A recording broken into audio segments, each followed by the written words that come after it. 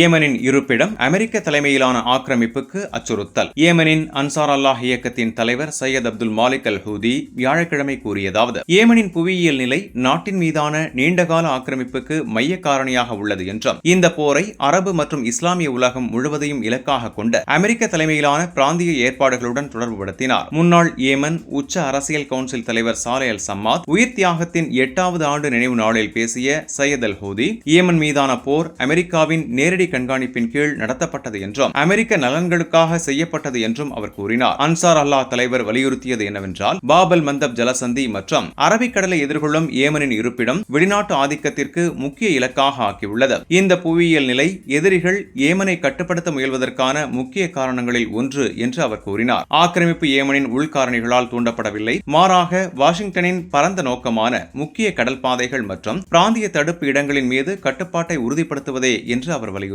ஏமனுக்கு விதிக்கப்படும் ஒவ்வொரு பிராந்திய பங்கும் இறுதியில் அமெரிக்க ஆதிக்கத்திற்கு சேவை செய்கிறது என்று அவர் கூறினார். நூறாயிரக்கணக்கான வான்வழி தாக்குதல்கள் மூலம் சிவில் உள்கட்டமைப்பு மற்றும் வாழ்வின் அனைத்து அம்சங்களையும் இலக்காக கொண்டு தாக்குதல் நடத்தப்பட்டது. எங்கள் மக்களின் உறுதியான எதிர்ப்பு இல்லாவிட்டால் ஏமன் இப்போது ஆக்கிரமிக்கப்பட்ட நாடுகளில் ஒன்றாக இருந்திருக்கும் என்று அவர் கூறினார். ராணுவ தாக்குதலுடன் தொடர்ச்சியான பொருளாதார ஆக்கிரமிப்பும் இருப்பதாகவும், சில நாடுகள் வணிக மற்றும் மனிதாபிமான கப்பல்களின் வருகையை வேண்டுமென்றே தாமதப்படுத்தி ஏமன் மக்களுக்கு மேலும் பொருளாதார அழுத்தத்தை ஏற்படுத்துவதாக குற்றம் சாட்டினார். ரியாத் ஏமனின் அரசியல் முடிவெடுப்பதை கட்டுப்படுத்தவும் கிழக்கு மாகாணங்களில் அதன் வளங்களை பிரித்தெடுக்கவும் முயல்வதாக அவர் உறுதிப்படுத்தினார். பிரிட்டனின் ஆழமான மற்றும் தொடர்ச்சியான பங்கையும் அவர் சுட்டிக்காட்டினார். வாஷிங்டன் இராணுவ, அரசியல் மற்றும் இராஜதந்திர பாதைகளில் பிரிட்டிஷ் ஈடுபாட்டை பெரிதும் சார்ந்துள்ளது என்று குறிப்பிட்டார். அமெரிக்கா முழு பிராந்தியத்தையும் ஜியோனிஸ்ட் திட்டத்தின் பகுதியாக இலக்காக கொண்டுள்ளது. நேரடியாகவும் கூட்டாளி ஆட்சிகள் மற்றும் தீவிரவாத ஆயுத குழுக்கள் மூலம் சில அரபு மற்றும் இஸ்லாமிய அரசுகள் வாஷிங்டனுக்கு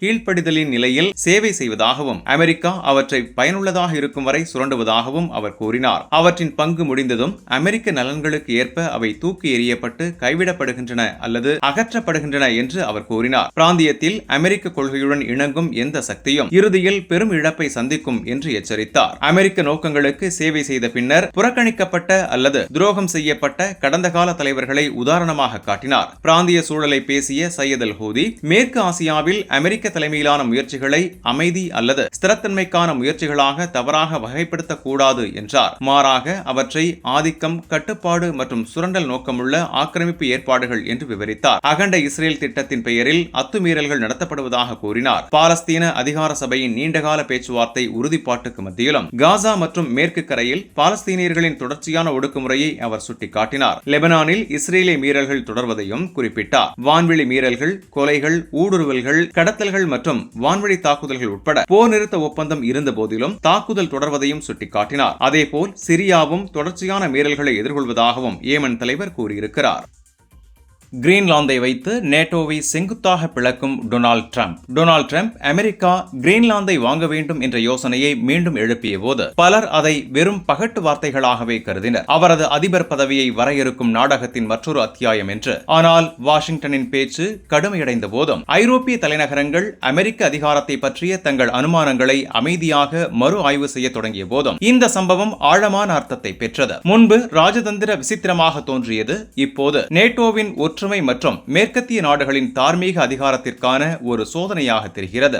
கிரீன்லாந்து வெறும் 57,000 மக்கள் கொண்ட பரந்த ஆர்க்டிக் தீவு மட்டுமல்ல, அது ஒரு புவிசார் அரசியல் திருப்பு முனை. வட அமெரிக்காவுக்கும் ஐரோப்பாவுக்கும் இடையே, அட்லாண்டிக் மற்றும் ஆர்க்டிக் இடையே பழைய அரசியல் ஒழுங்குக்கும் புதிய முக்கிய அச்ச உணர்வுக்கும் இடையே புதிய பிரச்சனையாக உருவெடுத்துள்ளது. இப்போது அமெரிக்கா சட்ட ரீதியாக கிரீன்லாந்தை எடுக்க முடியுமா என்பதல்ல கேள்வி. ஐரோப்பாவின் எதிர்கால பாதுகாப்புக்கு அதன் பொருள் என்ன என்பதுதான். இது வெறும் கிரீன்லாந்து பற்றியது மட்டுமல்ல என்று பிரிட்டனின் முன்னணி உலக பாதுகாப்பு நிபுணரும் பிராட்போர்ட் பல்கலைக்கழகத்தின் அமைதி ஆய்வுகள் பேராசிரியருமான பால் ராஜர்ஸ் கூறுகிறார். இது மற்ற நாடுகள் இப்போது அமெரிக்காவை எப்படி பார்க்கின்றன என்பது பற்றியது. நேரடி நட்பு நாடாக அல்ல, மாறாக அதிகரித்து வரும் கணிக்க முடியாத சக்தியாக. ட்ரம்பின் கிரீன்லாந்து ஆவேசம் அமெரிக்க அதிகாரத்தின் உத்தியோக ரீதியான மாற்றத்தையும் ஆழமான கட்டமைப்பு அச்சத்தையும் பிரதிபலிக்கிறது. நாம் மிக ஆரம்ப கட்டத்தில் இருக்கிறோம். விஷயங்கள் நாளுக்கு நாள் மாறிக்கொண்டிருக்கின்றன. வருகின்றன என்று அவர் கூறுகிறார். ட்ரம்ப் தானே மிகவும் கணிக்க முடியாதவர், ஆனால் அவருக்கு மாற்ற முடியாத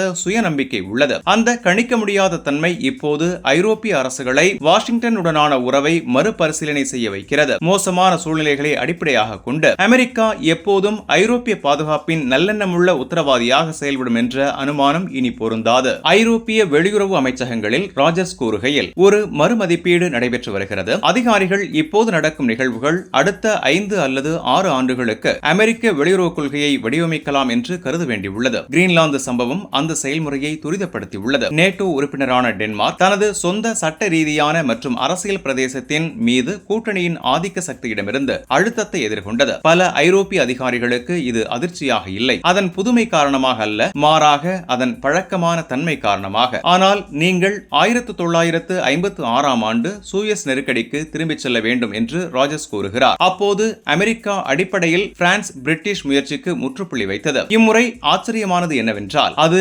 எவ்வளவு காலனித்துவ உணர்வை தருகிறது. பழைய காலனித்துவ காலத்தில் பெரும் சக்திகளின் நடத்தையை இது எதிரொலிக்கிறது. நேட்டோவின் உள் முரண்பாடு முன்னாள் நேட்டோ துணை உதவி பொதுச் செயலாளரான ஜேமி ஷியாவுக்கு ஆபத்து விளைவில் மட்டுமல்ல, முன்னுதாரணத்திலும் உள்ளது. நேட்டோ வெளி அச்சுறுத்தல்களை தடுப்பதற்காக வடிவமைக்கப்பட்டது, உள்ளிருந்து பிரதேச அழுத்தத்தை நிர்வகிப்பதற்கு அல்ல என்று அவர் வலியுறுத்துகிறார். ட்ரம்ப் கிரீன்லாந்தை கைப்பற்றினால் அல்லது அதை 51வது மாநிலமாக அறிவித்தால் அது சர்வதேச சட்டத்தையும் டென்மார்க் இறையாண்மையை மீறும் என்று ஷியா கூறுகிறார். அத்தகைய நடவடிக்கை அமெரிக்காவுக்கும் அதன் ஐரோப்பிய நட்பு நாடுகளுக்கும் இடையே உண்மையான மற்றும் நிரந்தர பிளவை ஏற்படுத்தும் என்றும் அவர் எச்சரிக்கிறார். ஐரோப்பாவின் முன்னுரிமை அந்த மோசமான சூழ்நிலையை தடுப்பதாக இருக்க வேண்டும் என்று ஷியா நம்புகிறார். நேட்டோ ஏற்கனவே ட்ரம்புக்கு ஒரு கூட்டு தீர்வை வழங்க முயல்கிறது. கிரீன்லாந்தின் பாதுகாப்பில் கூட்டணியின் அதிக ஈடுபாடு, ஒருதலைபட்ச அமெரிக்க கட்டுப்பாடு தேவையில்லை என்பதே. ஆனால் இதன் முரண் என்னவென்றால் 1951 டென்மார்க்குடனான ஒப்பந்தத்தின் கீழ் அமெரிக்கா ஏற்கனவே கிரீன்லாந்தில் விரிவான ராணுவ அலகுகளை பெற்றுள்ளது. குளிர்போரின் போது வாஷிங்டன் தீவில் 17 தளங்களை இயக்கியது. சுமார் 15,000 பேர் இருந்தனர். இன்று வெறும் ஒரு ரேடார் நிலையத்தை மட்டுமே பராமரிக்கிறது. சுமார் 150 வீரர்களுடன் ஏற்கனவே இந்த தீர்வு இருக்கும்போது ஏன் செயற்கையான பிரச்சனையை உருவாக்க வேண்டும் என்று ஷியா கேட்கிறார். ஆனால் ட்ரம்ப் பின்வாங்கினாலும் சேதம் ஏற்கனவே நிகழ்ந்திருக்கலாம். நேட்டோவின் நம்பகத்தன்மை நம்பிக்கையை அடிப்படையாக கொண்டது. நட்பு நாடுகள் ஒருவரையொருவர் அச்சுறுத்துவதில்லை என்ற நம்பிக்கை, கூட்டு பாதுகாப்பு ஒரு பகிரப்பட்ட உறுதிப்பாடு என்ற பரிவர்த்தனை ஒப்பந்தம் அல்ல, நேட்டோவை ஒன்றாக வைத்திருக்கும் ஒட்டு என்று ஷியா எச்சரிக்கிறார். அந்த நம்பிக்கை மறைந்தால் கரைந்துவிடும். ஒரு பலவீனமான கூட்டணி, அந்த பலவீனமே நேட்டோ வாட்ச் ஆசிரியரும் சுதந்திர பாதுகாப்பு ஆலோசகருமான டாக்டர் இயான் டேவிஸின் பகுப்பாய்வின் மையமாக உள்ளது. கிரீன்லாந்து நெருக்கடி ட்ரம்புக்கு முன்பே இருந்த பிளவுகளை வெளிப்படுத்தி உள்ளது. ஆனால் அவரது அதிபர் பதவி அதை உடைக்கும் நிலைக்கு தள்ளி உள்ளது என்று அவர் வாதிடுகிறார். மிகப்பெரிய மற்றும் முடிவுக்கு வரக்கூடிய பிளவு ட்ரம்ப் காரணிதான் என்று டேவிஸ் கூறுகிறார். அமெரிக்க பாதுகாப்பு உத்தரவாதங்களின் நம்பகத்தன்மை இப்போது வெளிப்படையாக கேள்விக்குள்ளாகியுள்ளது. மற்ற பிரிவுகள் பிரச்சனையை மேலும் சிக்கலாக்குகின்றன. சீனாவை நோக்கிய வாஷிங்டனின் மூலோபாய மாற்றம் ஐரோப்பாவின் உடனடி கவனம் ரஷ்யா மற்றும் உக்ரைன் மீது உள்ளதுடன் ஒத்துப்போகவில்லை. பாதுகாப்பு செலவு தகராறுகள் தொடர்கின்றன. பல நேட்டோ உறுப்பினர்கள் புதிய இலக்குகளை அடைய முடியாது என்று தனியாக ஒப்புக்கொள்கின்றனர். பிராந்திய முன்னுரிமைகள் வேறுபடுகின்றன. நேட்டோவின் அரசியல் ஒற்றுமை இதுவரை இல்லாத அளவு பலவீனமாக உள்ளது என்று டேவிஸ் கூறுகிறார். உள் அரசியல் மாற்றங்கள் மற்றும் வெளி சவால்களால் அது அழுத்தத்திற்கு உள்ளாகியுள்ளது. சமீபத்தில் கிரீன்லாந்துக்கு ஐரோப்பிய படைகளின் வருகை உண்மையான ராணுவ வலுப்படுத்தல் என்று தவறாக புரிந்து கொள்ளக்கூடாது. அவை அரசியல் செய்கைகள், வேறொன்றுமில்லை என்று அவர் கூறுகிறார். உள்ளக நேட்டோ ராணுவ மோதல் வாய்ப்பே இல்லை. ஐரோப்பாவிடம் உள்ள உண்மையான அழுத்த கருவி பொருளாதார மற்றும் அரசியல் ராணுவம் அல்ல. சட்ட மற்றும் வலுக்கட்டாயத்தின் வரம்புகள் சட்ட ரீதியாக அமெரிக்கா கிரீன்லாந்தை கையகப்படுத்துவதற்கான தடைகள் தெளிவாக உள்ளன. சர்வதேச சட்டம் எல்லைகள் மாற்றப்படுவதை பேச்சுவார்த்தை மற்றும் ஒப்புதல் மூலமே அனுமதிக்கிறது.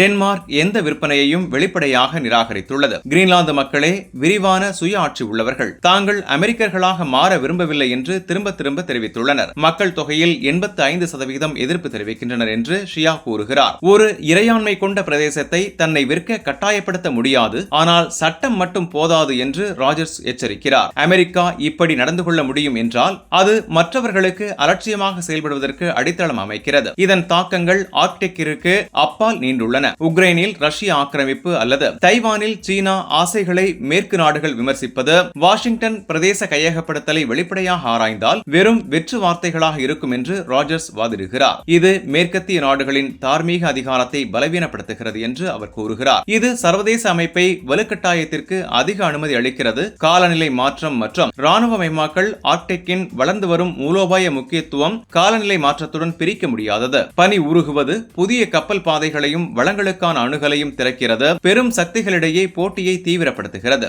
ஆனால் இராணுவ பரிமாணத்தை அதிகமாக மதிப்பிட வேண்டாம் என்று ராஜர்ஸ் எச்சரிக்கிறார். உலக அளவில் மிகப்பெரிய பாதுகாப்பு அச்சுறுத்தல் காலநிலை சீர்குலைவுதான் என்று அவர் கூறுகிறார். ஆனால் அதை நம்பாத ஒரு அமெரிக்க அதிபர் உள்ளார். மாறாக சீனா புதுப்பிக்கத்தக்க ஆற்றல் மற்றும் காலநிலை தழுவலில் பெரும் முதலீடு செய்கிறது. அடுத்த 10 ஆண்டுகளில் பெய்ஜிங் அந்த முன்னோக்கு திறனின் புவிசார் அரசியல் பலன்களை அறுவடை செய்யும் என்று ராஜர்ஸ் கணிக்கிறார். உலகம் இறுதியாக காலநிலை சீர்குலைவை எதிர்கொள்ள வேண்டும் என்று ஏற்றுக்கொள்ளும் போது என்று அவர் கூறுகிறார். சீனா மிகப்பெரிய பயனடையும். பேரரசின் நிழல். இந்த சூழலில் ஏகாதிபத்தியம் என்ற சொல்லை பயன்படுத்துவேன் என்று நான் நினைத்ததில்லை என்று ராஜர்ஸ் கூறுகிறார். ஆனால் இது பழங்கால ஏகாதிபத்தியம். பொருளாதார ரீதியில் சரிவடைந்து வரும் ஆனால் இராணுவ ரீதியில் ஆதிக்கம் செலுத்தும் சக்தி குறிப்பாக ஆபத்தானது என்று அவர் வாதிடுகிறார். அத்தகைய சக்தி தலைமையை பாதுகாக்க இராணுவ தீர்வுகளை சார்ந்து இருப்பது இயல்பு என்று அவர் கூறுகிறார். அதுதான் வரும் மாதங்களை ஆபத்தானதாக ஆக்குகிறது. டிரம்பின் உள்நாட்டு அரசியல் அழுத்தங்கள் அந்த ஆபத்தை மேலும் அதிகரிக்கின்றன. அங்கீகார மதிப்பீடுகள் குறைந்து நடுத்தர தேர்தல்கள் நெருங்கி வருவதால் வெளிமோதலை திசை திருப்பியாக பயன்படுத்தும் சோதனை உள்ளது என்று ராஜர்ஸ் எச்சரிக்கிறார். ஒரு சிறிய போர் என்று அவர் கூறுகிறார். அரசியல் ரீதியாக மிகவும் பயனுள்ளதாக இருக்கும். ஐரோப்பாவின் இருமை நிலை. ஐரோப்பா பலவீனமாக இருக்கக்கூடாது என்று ஷியா கூறுகிறார். அது ஒன்றுபட்டு வலுவாக இருக்க வேண்டும். நேட்டோ தீர்வு அமெரிக்காவுக்கு சிறந்த மதிப்பு என்று காட்ட வேண்டும். டேவிஸ் குறைவான நம்பிக்கையுடன் உள்ளார். தனது பாதுகாப்பு மற்றும் மதிப்புகளை பாதுகாக்க என்று அவர் கூறுகிறார். ஐரோப்பா நேட்டோ பிந்தைய சூழ்நிலைக்கு அல்லது அமெரிக்கா மிக குறைந்த பங்கு வகிக்கும் நேட்டோவுக்கு தயாராக வேகமாக செயல்பட வேண்டும். இந்த விருப்பங்கள் அரிதாகவே தீவிரமாக எடுத்துக் கொள்ளப்படுகின்றன என்று அவர் கூறுகிறார். ஏனெனில் நாம் இன்னும் பாதுகாப்பு என்றால் என்ன என்பது பற்றிய பழைய கருத்துக்களை பிடித்துக் கொண்டிருக்கிறோம். தற்போது கிரீன்லாந்து டென்மார்க்குடையதாகவே உள்ளது. டிரம்பின் பேச்சு செயலுக்கு மாறவில்லை. ஆனால் இந்த சம்பவம் ஏற்கனவே ஆழமான ஒன்றை சாதித்துள்ளது. மாறிவரும் அதிகார காலத்தில் கூட்டணி அரசியல் பற்றிய ஆறுதல் தரும் பிரமைகளை அகற்றியுள்ளது. நேட்டோ எப்படி தழுவும், பிளவுபடும் அல்லது மறைந்து போகும் என்பது வாஷிங்டனின் அடுத்த நகர்வை மட்டுமல்ல, சார்புத்தன்மை, இறையாண்மை மற்றும் பாதுகாப்பு பற்றிய அசௌகரியமான உண்மைகளை எதிர்கொள்ள ஐரோப்பாவின் விருப்பத்தையும் சார்ந்துள்ளது. ராஜர்ஸ் கூறுவது போல நாம் ஒரு புதிய ஆட்டத்தில் இருக்கிறோம். இது எவ்வளவு தூரம் செல்லும் என்பது இன்னும் தெரியவில்லை. தெளிவானது என்னவென்றால் கிரீன்லாந்து இனி வரைபடத்தின் விளிம்பில் உள்ள ஒரு புறநிலை இடமல்ல. அது ஒரு கண்ணாடி. பேரரசு இனி சிந்திக்க முடியாதது அல்ல. கூட்டணிகள் உறுதியானவை அல்ல. அதிகாரத்தை ஆளும் விதிகள் இப்போது பேச்சுவார்த்தைக்கு உட்பட்டவை என்று பிரதிபலிக்கும் உலகத்தை நாம் காண்போம்.